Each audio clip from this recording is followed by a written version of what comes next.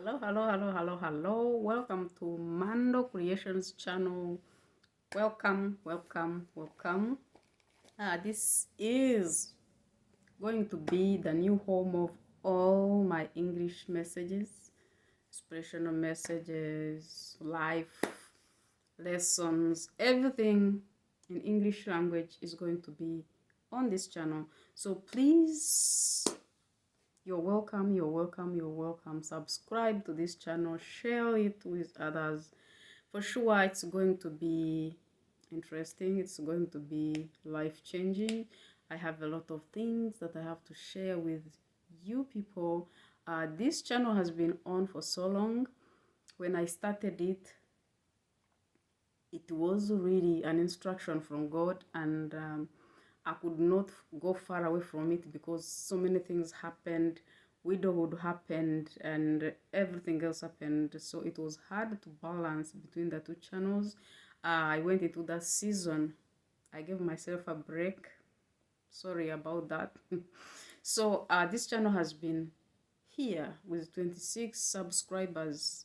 I thank you because they never left even when the channel went inactive for that long, for years. So yes, we have changed the name from the Mando World to Mando Creations channel, and I'm happy to tell you that we are back. So sit back and enjoy this short message I have today. As you know me, I am in the field of evangelism, family. So you will find me talking about God, life experiences, encounters. Every lesson I learn, I just rush here to share with my brothers and sisters. So today, I want to talk about one man in the Bible called Hezekiah. Hezekiah became the king. Um, he became the king at 25 years old. He became the king of Judah at the age of 25, and he ruled in Jerusalem for 29 years. I'm reading from Second Chronicles, chapter. I'm going to read chapter 31. That's where the message is, but just like so we have the background. I'm starting from 29, chapter 29. So Hezekiah became king of Judah at the age of 25, and he ruled in Jerusalem for 29 years. So one thing he did, like his ancestor King David, the first thing he did as a king, he purified the temple. He ordered for the temple to be reopened. He says, open the gates of the temple and repair them. He assembled a group of priests and Levites in the courtyard. He purified the temple. He made sure everything needed for the purification of the temple was done. Said, open the temple gates and purify. So after purifying the temple, they rededicated the temple to the Lord. Now that is under the kingship of Hezekiah. So after rededicating the temple, they made preparations for the Passover. The Passover was celebrated, and after the Passover, they held another celebration. So people were so happy, they were so happy because nothing like this had happened in Jerusalem since the days of King Solomon. So yeah, the priests and Levites asked the Lord's blessing on the people. And so in the last verse 27 of chapter 30, Second Chronicles, says, in his home in heaven, God heard their prayers and accepted them. Now, after that one, it was another biggest step where Hezekiah reformed religious life.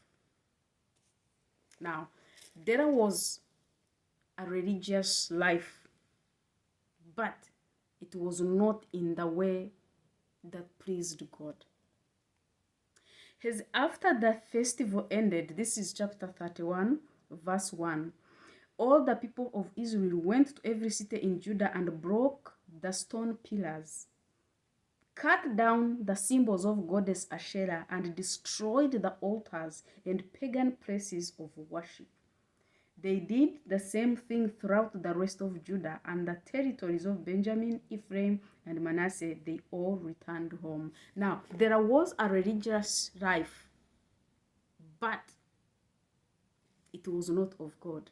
So you can be religious and not of God. You can follow some practices when they are pagan. So there was a religious life, but Hezekiah reformed the religious life. So you can see people were bowing to idols. There were pagan places of worship. They are places of worship, but they are pagan. So not every place of worship actually is of God, or God is worshipped there. Definitely there is a deity there worshipped, but you have to be sure that it is the Almighty God, if he is the one you are looking for. So he reformed the religious life. He has done so many things: purify the temple, dedicate the temple, celebrate Passover, hold another celebration, and now he's reforming the religious life. It's like, okay, we have done everything, but we still have these pagan places of worship. People are still bowing to idols. We have to break down the goddess Asherah. We have to destroy the evil altars. So there are so many evil altars, very active. This is one of the topics I can talk about all day because I have experienced the same in my life. Throughout widowhood, one of the big things, I could not even include that chapter. I wanted to include that chapter in the book, but it was so huge and it can be a book on its own. Evil altars are alive. They are active. They do speak and they do work in our lives without us knowing. So before you know it, in one way or the other, you have connected yourself to an evil altar unknowingly. And so many people are connected to these evil altars and they think they are serving God. No, you cannot serve the living God on an evil altar, a pagan altar. So what does this call us to? You have to make sure that where you are serving God, where you are dedicating your life serving God, that is the real altar of God. Because it is very possible to find yourself on an evil altar, thinking that you are serving the heavenly God. Take that as what? Learn from me. I have really experienced this one. So Hezekiah reformed the religious life. He said, take down evil altars. They did. Break down stone pillars, because he realized, yes, we have done everything. We have opened the temple. We have reopened the doors. We have sanctified it. We have put Levites in place.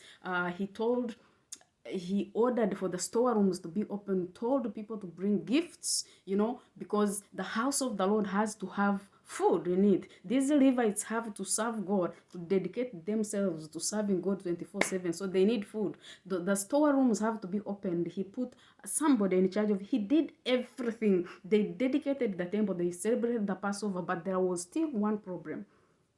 There were pagan places of worship. It was so easy for people to fall back and go to those places. Yes, we have opened the temple, but we still have those places standing next to it. So what do we do to fight for the work of God? What do we do as our complete devotion to bring people, to bring souls back to God? We have to break down the evil altars. That's what they did. When evil altars are still surrounding you, it is very easy to mix the two. There are people who are zealous, serving God, but from evil altars. And there are people with pagan minds who have come to good altars, God's altars, to contaminate them. So they are there not serving God, but they came with the purpose of contaminating those altars. It is my prayer that the children of God will wake up. To the people who have read my book, not so many have actually. That book is packed with a lot. The book, Grateful Widow, it is packed with a lot of divine wisdom. It is the time. This is the time when everybody has to wake up. You really have to know that you are serving from the right altar, or that you have not been contaminated in one way or the other, or there is no altar speaking against you very, very, very close to you. Hezekiah reformed the religious life. There was a religious life. People bowed to idols. People went to pagan places of worship. And he said, we have to put a stop on this so that people can come back to the temple of the Lord. The Lord is calling us back to his temple. The Lord is calling us back to him.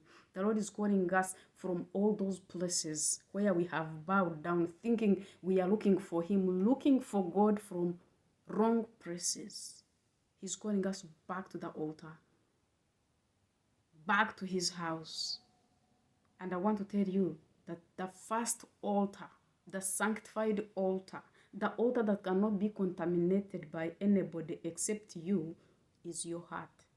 So God is calling us back to our hearts, back to him through our hearts, back to our sanctuaries, the first sanctuary in you, the first sanctuary of God, the one where you communicate with him without any other person around you, is the sanctuary of your heart.